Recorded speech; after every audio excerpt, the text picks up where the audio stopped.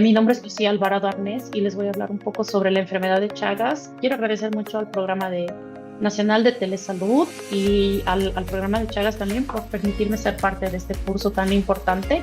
Entonces, como ustedes saben, la epidemiología de la enfermedad de Chagas, si bien inicialmente consideraba e incluía toda la región de las Américas, debido a la perspectiva que es la migración, empezó a tener un poco más de prevalencia y de conocimiento y de hablarse de la enfermedad de Chagas en otros lugares donde nuestro vector no está de forma endémica. Esto porque pues los pacientes crónicos empezaron a tener las manifestaciones propias de la enfermedad en lugares en los que pues se desconocía la enfermedad, como pues, el caso de Europa, en ciertas regiones de Estados Unidos. Entonces, esto es un punto que ha llamado también la atención a la enfermedad de una manera en un contexto globalizado. Cuando hablamos de la evolución clínica de la infección por Trypanosoma cruzi, nosotros conocemos que a lo largo del tiempo posterior a la infección se tiene una fase aguda. Esta fase aguda se caracteriza principalmente por altos niveles de parásito en sangre y puede tener alguna sintomatología que está asociada a miocarditis e inclusive meningoencefalitis en los casos de esta fase. Sin embargo, a medida que pasa el tiempo, ya en la fase crónica, nos encontramos con dos manifestaciones principales. Una que es la sintomática y otra que es la sintomática.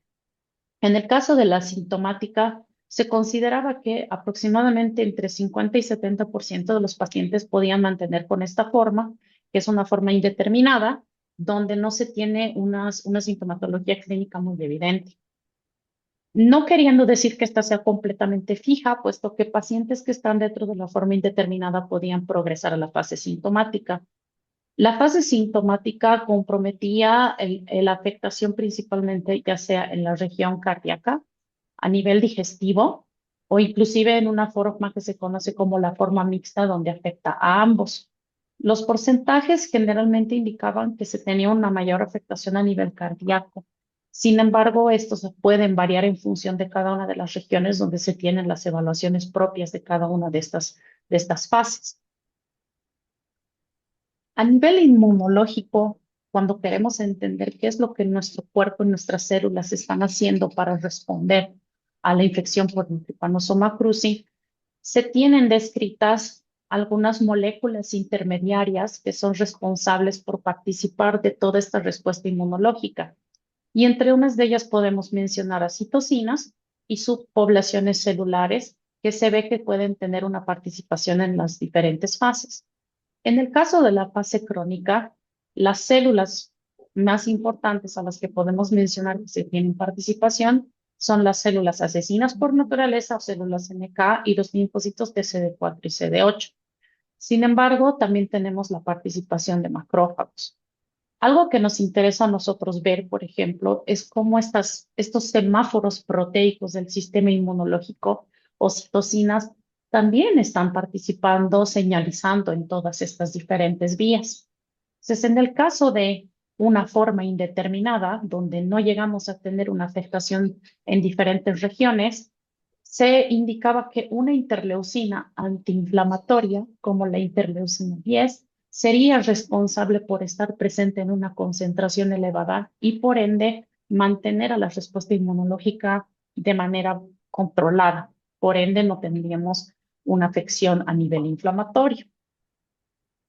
Pero en la forma, en la forma con las manifestaciones clínicas sintomatológicas en la fase crónica, existiría una predominancia de citocinas, principalmente a nivel del factor de necrosis tumoral e interferón gamma, que estarían favoreciendo un polo inflamatorio. Y este polo inflamatorio, al ser constante y ser desregulado, favorece a la formación, a la manifestación de la forma cardíaca, ya sea a nivel del corazón o inclusive también a nivel digestivo, sin dejar de lado la participación también de otras subpoblaciones celulares que también están en este proceso.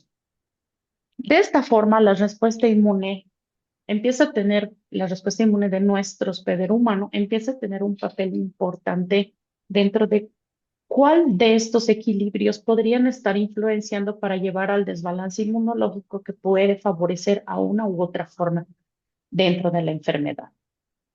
Pero eso no es todo, porque si bien ahora estamos hablando del ser humano, la interacción cuando tenemos en el curso de una infección, cualquiera que ella sea, depende de muchos aspectos. Primero tenemos la exposición al patógeno, como hemos visto ahora las diferentes fases de la respuesta inmune, ya sea inmune innata o adaptativa.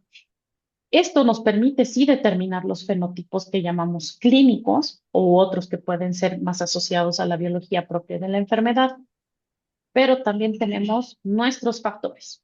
Nosotros como humanos que pueden ser factores asociados a la genética intrínseca o factores no genéticos como niveles nutricionales, exposición a ciertos componentes que también pueden estar influenciando a inmunosupresión en algunos casos.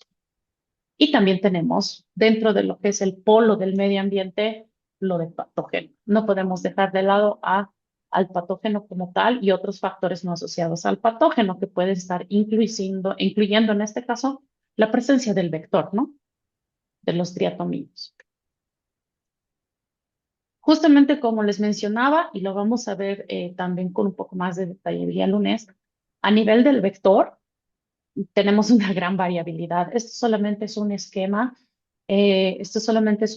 muy, muy reducido donde estamos viendo algunos de los vectores y la distribución en diferentes lugares de las Américas. Pero ahora ya sabemos que existen complejos, que tenemos una gran cantidad de vectores y todos ellos también interactúan de una forma muy particular con el patógeno. Entonces, la variabilidad vectorial también tiene un papel. Y como les decía, también lo vamos a ver el día lunes, la variabilidad del agente etiológico en sí. El Trypanosoma cruzi no es único y dentro de los procesos evolutivos de diferenciación del patógeno existen diferentes DTUs o variabilidades genéticas asociadas al patógeno, que se conocen como TC. Tenemos T-Cruci 1, 2, 3, 4, 5, hasta 6. Inclusive tenemos un grupo específico asociado a detección propia de murciélagos. Así que ustedes pueden ver que todo este grupo, todas estas interacciones hacen parte del proceso de lo que es la interacción ser humano y medio ambiente. En la próxima media hora yo les voy a hablar específicamente de un puntito dentro de este gran gráfico de variables que estamos mencionando, que son los factores genéticos propios de nosotros como hospederos humanos, y intentar ver cómo podemos hacer o a partir de estos estudios generar más preguntas que nos permitan entender mejor el desarrollo de la enfermedad, específicamente en este caso de la forma cardíaca. Este es uno de los estudios que nos permite mostrar justamente esto. Les hablo de lo que se conocen como polimorfismos. Los polimorfismos son alteraciones en la secuencia genética, pero no de cualquier molécula, sino estamos hablando de alteraciones o modificaciones en la secuencia, pero de estos señalizadores de las proteínas, de estas citocinas que hemos mencionado anteriormente que participan de la respuesta inmunológica en la infección crónica. Entonces, algo que es importante mencionar es que estos trabajos y estos procesos de investigación a veces pasan por una situación en la que uno consideraría que el trabajo puede ser relativamente sencillo porque estamos trabajando con pacientes. Sin embargo, cuando hablamos de trabajar con muestras biológicas para este tipo de estudios, ¿qué sería lo ideal? Tener un biobanco. Un biobanco, como lo ven ustedes aquí en la imagen, donde yo tengo almacenadas muestras de DNA de pacientes que tengan la enfermedad de Chagas en formas diferentes clínicas, no importa, pero que yo tenga el paciente, el material genético y que yo tenga la clasificación clínica. Sin embargo, la realidad difícilmente es así y justamente para los resultados que yo les voy a compartir a continuación, ustedes van a ver que esto no es lo que sucede y nos vimos en la necesidad de estructurar una cohorte de pacientes con enfermedad de Chagas en el grupo donde se trabajaron estos datos. Y claro, ahí se agradece a los líderes de este proceso porque evidentemente sin la colaboración clínica, médica, del ambulatorio y de todo el personal, no se puede llegar a tener un trabajo de este nivel. Entonces, aquí lo que yo les quiero mostrar es que justamente todo este proceso pasa por una serie de trabajos de interacción y coordinación entre los miembros de los diferentes niveles, el nivel de atención de salud, el nivel del equipo de investigación, de los clínicos que están, de los cardiólogos, en fin, todo este proceso para realmente poder estructurar una población y sobre todo llamar la atención a uno de los puntos más importantes dentro de cualquier estudio es tener una buena clasificación de la sintomatología clínica que nosotros queremos estudiar. En su momento, les estoy hablando esto aproximadamente de hace 10 años, en Brasil se adoptó la Guía Latinoamericana para diagnóstico y tratamiento de cardiopatía chagásica. Tengo entendido que esta guía latinoamericana ya ha pasado por una versión de actualización y de acuerdo a esta guía se estratifica la forma cardíaca en 5 fases. Dentro de una, que es el grupo A, pues la forma indeterminada, donde son pacientes que tienen serología positiva confirmada para T-Cruci, pero que no tienen un daño estructural a nivel de cardiopatía ni síntomas de insuficiencia cardíaca congestiva.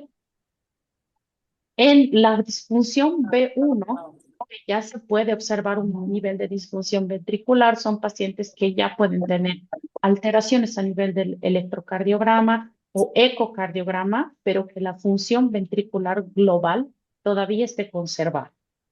El nivel B2 empieza a mostrar un poco más de disfunción ventricular global.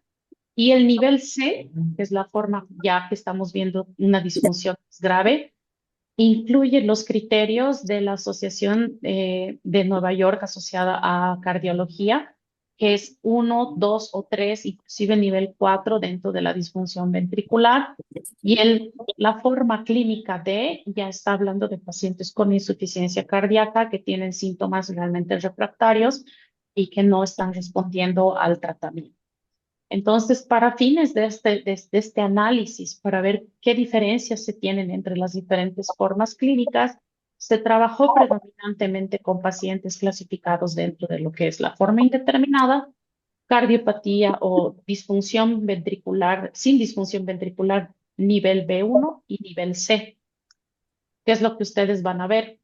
Entonces, algo que ha permitido que esto se pueda hacer, como los mencionaba, ha sido la integración y el trabajo colaborativo entre el personal de salud para poder actualizar, por ejemplo, los diferentes criterios, ya sea que estábamos hablando de la serología, los criterios de Framingham, datos necesarios específicos que puedan permitir tener esta estratificación y actualizar la clasificación clínica de los pacientes en función a la directriz que se estaba asumiendo en su momento para fines de este estudio y que posteriormente se extrapoló para todo el centro de salud. Esto ha sido una decisión clínica y administrativa muy fuerte en su momento que ha permitido uniformizar la evaluación clínica de los pacientes, además de actualizar.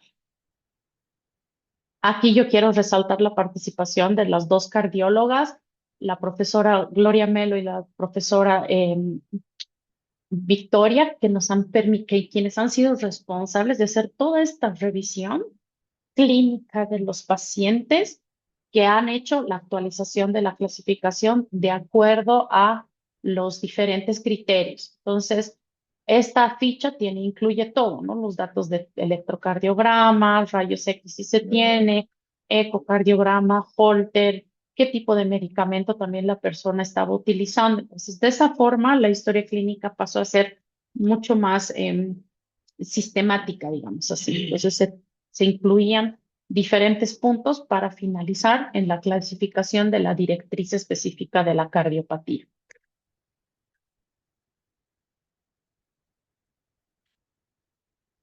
Para mostrarles un poco de los resultados que se pudieron obtener brevemente a partir de este estudio, los grupos en los cuales se pudo obtener en las diferentes formas de la cardiopatía, de la forma cardíaca, teníamos un grupo de asintomáticos rondando 110 personas, el grupo con cardiopatía leve, grupo B1 de 163 y un grupo C con cardiopatía ya con falla cardíaca de 133 individuos. Es importante resaltar que esta directriz eh, no necesariamente consideraba a los pacientes con forma digestiva y mixta, que durante el reclutamiento también fueron detectados en torno de casi 80 pacientes. Entonces, estamos hablando de un universo relativamente moderado y adecuado para poder tener un estudio de estos factores moleculares.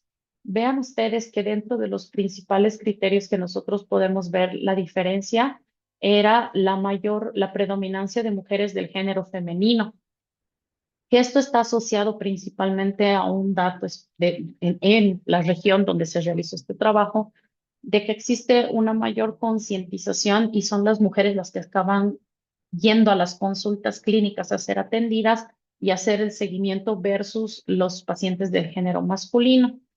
En términos de las estratificaciones de edad, teníamos un grupo etario mayoritario superior a 45 años y tenemos otros parámetros interesantes dentro de lo que es la clasificación de este grupo. La mayoría se autoidentificó como población mestiza, independiente de la forma clínica, y pueden observar que también la mayoría recibía como máximo un sueldo básico a nivel mensual.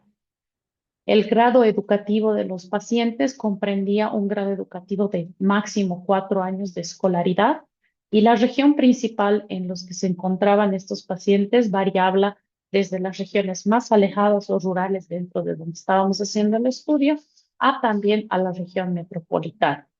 Interesante mencionar que del porcentaje de pacientes con forma congestiva leve o grave, llegaba a tener solamente hasta 14% de quienes habían sido tratados con benzonidazol. Sin embargo, posteriormente los pacientes con forma sintomática ya tenían un porcentaje mayor, ya casi 45% de los pacientes dentro de la forma asintomática habían sido tratados con benzonidazol. Ok, entonces después de tener toda la clasificación clínica, se procede a hacer el análisis molecular de las muestras de sangre de cada uno de los pacientes para extraer el DNA del paciente y hacer el análisis de estas mutaciones y de algunos de estos polimorfismos específicos en moléculas relevantes de la respuesta inmunológica. Para esto hemos utilizado una plataforma de PCR en tiempo real que nos permite hacer discriminación alélica de punto final para cada uno de las mutaciones que nosotros estábamos estudiando y tener, evidentemente, una eficiencia de genotipaje relativamente alta, superior al 90%. Pero, ¿qué es lo que nosotros estamos estudiando cuando yo les digo estas mutaciones?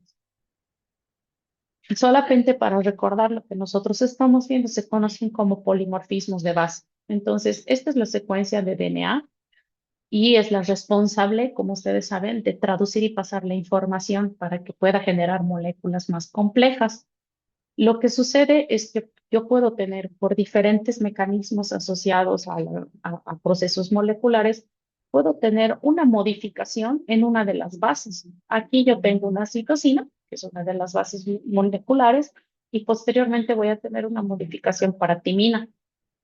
Esto puede tener impacto cero o puede tener un gran impacto. Dependiendo de dónde se encuentra este cambio de una letra, puede ser que no tengamos ninguna modificación en la generación de las macromoléculas o puede ser que yo esté interrumpiendo a la macromolécula como tal y de esa forma esté modificando la proteína. Pero de manera general, estos polimorfismos no sirven como marcadores, se utilizan como marcadores, como que yo quiero, están asociados a algo, pero yo los quiero detectar para eso, pero no necesariamente me van a alterar la proteína como tal. Y esto es lo que nosotros hacemos en este estudio de epidemiología, pero es epidemiología genética, donde yo voy a tener un grupo de controles y un grupo de casos. Y los individuos que ustedes ven en rojo son aquellos que van a tener este cambio en esta letra. Entonces yo voy a tener cambios en esa letrita en todos los grupos. pero va a ser gracias a un análisis estadístico que me va a permitir determinar si yo tengo proporciones mayores en mi grupo de casos versus una proporción menor de estos cambios en mi grupo de control.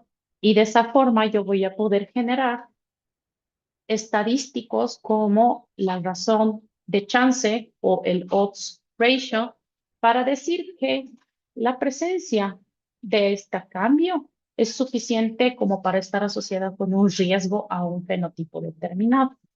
Y es eso lo que nosotros queremos ver. Esto es solamente para mostrarles qué es lo que se ha estudiado. Y justamente son algunas de las moléculas que nosotros hemos visto anteriormente que participan de la respuesta inmunológica en la infección de Chagas, como el factor de crecimiento TGF-beta, tenemos interleucina 10, si lo recuerdan, es antiinflamatoria, forma indeterminada, interferón gamma, tripanocida, factor de necrosis tumoral, proinflamatoria, y de hecho todo este núcleo que estamos viendo aquí es proinflamatorio y también tenemos algunos de estos receptores que están asociados a estas moléculas. Entonces, ¿a quiénes hemos estudiado? Hemos estudiado un cambio en una letrita de estas moléculas, pero estos cambios han sido extraídos a partir de la literatura como cambios que ya habían sido relevantes en otras poblaciones que también tenían Chagas y cardiopatía. Entonces, de esa forma hemos procedido a analizar cada una de estas mutaciones, hacer un estudio de regresión que nos permite comparar la proporción de estas mutaciones en los grupos de casos y controles, hacer ajustes por las covariables de interés que hemos visto que son relevantes como género, etnicidad, y evaluar si podíamos ver o no ver algún resultado. ¿Y entre qué grupos hemos comparado? Hemos comparado entre el grupo de controles versus el grupo que tenía la forma cardíaca leve y nuevamente entre el grupo que tenía indeterminada con el grupo más grave para ver si teníamos alguna diferencia entre los diferentes grupos. Entonces, de esa manera nosotros tenemos diferentes comparaciones genéticas de estas mutaciones y podemos ver si están asociadas o no con riesgo en caso de que tuviéramos un valor superior a 1 o con protección en caso de que el valor sea menor a 1. Entonces, ahora sí yo les paso a que veamos justamente algunos de estos resultados. Todas las comparaciones que hemos hecho, y aquí se los resumo en una tabla, de todas las comparaciones que nosotros hemos realizado, que les he mencionado aquí, para todos estos marcadores que nosotros hemos estudiado, apenas 2 se mostraron relevantes con una asociación significativa. El primero era el interferón gamma, que ya hemos visto que tiene un papel tripanocida, y el segundo estaba asociado a toda la región proinflamatoria en un marcador que se conoce como BAT1. Entonces, esto nos estaba mostrando que esta asociación estadística que habíamos hecho entre los grupos de estos marcadores nos estaba indicando algo. ¿Pero qué nos estaba indicando? Solo quiero que ustedes vean justamente este marcadorcito que nos ha dado asociado. Se encuentra aquí donde les estoy apuntando el cursor, que está dentro de un bloque más grande, que es el de factor de necrosis tumoral, que es proinflamatorio. Algunos pueden reconocer esta región porque es la región del complejo mayor de histocompatibilidad asociada con la compatibilidad de los diferentes trasplantes. Entonces, estos son los resultados de todo lo que nosotros hemos hecho del análisis, pero solamente les llamo la atención a esto. Cuando nosotros hemos comparado las personas que tenían la forma cardíaca leve versus la forma cardíaca más grave, teníamos una asociación indicándonos protección.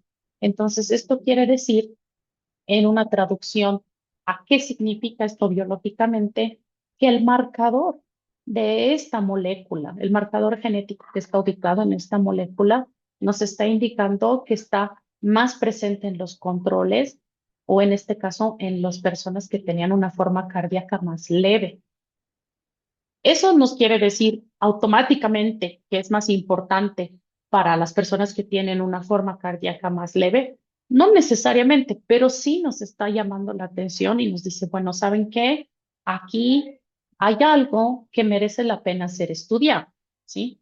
ya nos está apuntando a una potencial inicio o una hipótesis que podríamos trabajar. El siguiente resultado significativo fue en el interferón gamma, que ustedes ya saben, es microbicida, en fin. Aquí en el interferón gamma, de la misma manera, estábamos asociando en los grupos de controles, aquellos que eran indeterminados versus forma cardíaca.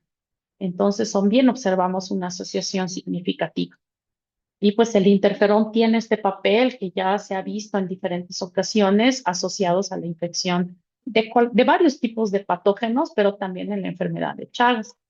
Entonces, de esa forma nos hemos quedado con todo este grupo de moléculas candidatas que estamos estudiando. Nos hemos quedado con dos que nos estaban señalizando algún. Oh, fuerte. También podemos estudiar todo esto en bloque, pero cuando hemos estudiado en bloque genético para estudiar todo el grupo, no hemos observado ningún tipo de diferencia ni asociación. Por eso parece muy triste que tengan una X. Entonces, toda esta región en conjunto inicialmente parece que no tuviera. Esta región proinflamatoria que hemos visto que está en el bloque del factor de necrosis tumoral, hemos dicho, nos está señalizando algo. ¿Qué más podemos hacer? Entonces, en su momento se realizó un metaanálisis. Es un metaanálisis específicamente de los datos que han hecho exactamente lo mismo que se proponía hacer aquí, que era justamente comparar los datos genéticos en diferentes poblaciones, pero para este marcador. Y tenemos poblaciones de Perú, de México, también de Brasil y de Colombia que han hecho exactamente lo mismo, comparar una población que no tenía cardiopatía versus gente con cardiopatía para ver cómo se comportaban. Entonces, cuando nosotros hacemos esta comparación agregando estos diferentes estudios, podemos ver sí que existe una asociación significativa de riesgo. Quiere decir que las personas que tenían este marcador en este factor de necrosis tumoral eran más susceptibles a desarrollar la forma cardíaca. Entonces, de esa forma, estamos con un indicativo más que el componente genético de una molécula que ya conocemos que es importante está también teniendo un papel. Por motivos de tiempo no me voy a detener para hablar en todo este proceso, pero justamente otro de los puntos que también se decidió trabajar es, estamos viendo a nivel genético, pero otra cosa es estudiar la molécula. Entonces, ¿por qué no vemos si tenemos alguna asociación a nivel de la molécula, de la proteína como tal? Y de esa manera hemos hecho mediciones séricas de lo que es el factor de necrosis tumoral en los pacientes, en pacientes con enfermedad de Chagas y grupos no infectados versus también pacientes con las diferentes formas clínicas. Lo que nosotros vemos es que por sí los pacientes que tienen la enfermedad tienen un factor de necrosis tumoral más elevado y los pacientes que tienen las diferentes formas cardíacas también tienen niveles de factor de necrosis tumoral aumentado de forma sérica. Estos análisis no se han llegado a tener una correlación con la fracción de eyección del ventrículo izquierdo, que también es un marcador asociado a disfunción cardíaca. Hemos hecho otros análisis también para mostrarles en términos de dosificación de proteínas, pero infelizmente no tuvimos ningún resultado significativo tampoco con otras moléculas de las que fueron estudiadas. ¿Qué quiere decirnos esto de forma inicial? Nos está diciendo que el enfoque de epidemiología genética, que es justamente el que yo les he presentado el día de hoy, donde tenemos grupos de casos y grupos de controles, y además hacer el análisis funcional en el dosaje sérico de algunos de estos grupos, nos han mostrado asociaciones que, como les decimos, están en el nivel de borde, en ese punto medio gris, que nos están señalizando una potencial asociación genética, funcional proteica con algunos de estos marcadores en los pacientes que tienen Chagas. Es importante resaltar los limitantes que tienen este tipo de trabajos, porque caracterizar esta asociación entre variantes genéticas, genes y en población de enfermedad de Chagas necesita de un grupo grande de personas.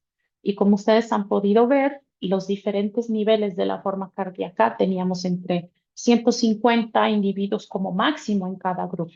Y probablemente la limitación del poder estadístico haya sido uno de los motivos que tal vez haya dificultado verificar bien una asociación estadística.